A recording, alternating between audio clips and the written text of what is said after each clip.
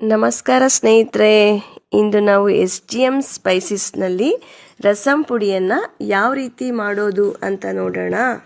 ಬೇಕಾಗಿರೋ ಪದಾರ್ಥಗಳು: 1 ಗ್ಲಾಸ್ ಧನಿಯಾ, 1 ಗ್ಲಾಸ್ ಜೀರಿಗೆ, ಅರ್ಧ ಗ್ಲಾಸ್ ಮೆಣಸು, 1/4 ಗ್ಲಾಸ್ ಮೆಂತೆ, 10ರಿಂದ 15 ಗುಂಟೂರು ಮೆಣಸಿನಕಾಯಿ, ಕರಿಬೇವು, ಸ್ವಲ್ಪ ಇಂಗು. ಈಗ ಯಾವ ರೀತಿ ಮಾಡೋದು ಅಂತ ನೋಡೋಣ.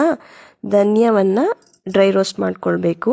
ಜೀರಿಗೆ, ಮೆಣಸು, ಮೆಂತೆ ಈ ಎಲ್ಲವನ್ನೂ ನಾವು ಡ್ರೈ ರೋಸ್ಟ್ ಮಾಡಿ ಪಕ್ಕಕ್ಕೆ ಇಟ್ಕೊಂಡು, ಮತ್ತೆ ಸ್ವಲ್ಪ ಗುಂಟೂರು ಮೆಣಸಿನ್ಕಾಯಿನೂ ಬಾಡಿಸ್ಕೊಂಡು ಅದ್ರ ಜೊತೆ ಕರಿಬೇವನ್ನು ಹಾಕ್ಕೊಂಡು ಅದನ್ನು ಡ್ರೈ ರೋಸ್ಟ್ ಮಾಡಿ ಪಕ್ಕಕ್ಕೆ ಇಟ್ಕೊಂಡು, ಸ್ವಲ್ಪ ತಣ್ಣಗಾದ ನಂತರ ಎಲ್ಲವನ್ನು ಮಿಕ್ಸಿಗೆ ಹಾಕ್ಕೊಂಡು ಪುಡಿ ಮಾಡ್ಕೋಬೇಕು. ಪುಡಿ ಮಾಡಿದ್ದಕ್ಕೆ ಸ್ವಲ್ಪ ನಾವು ಇಂಗನ್ನು ಸೇರಿಸ್ಕೊಂಡ್ರೆ ನಮ್ಮ SGM ಸ್ಪೈಸಸಲ್ಲಿ ಸಿಗ್ತಕ್ಕಂಥ SGM ರಸಂ ಪೌಡರ್ ರೆಡಿಯಾಗುತ್ತೆ.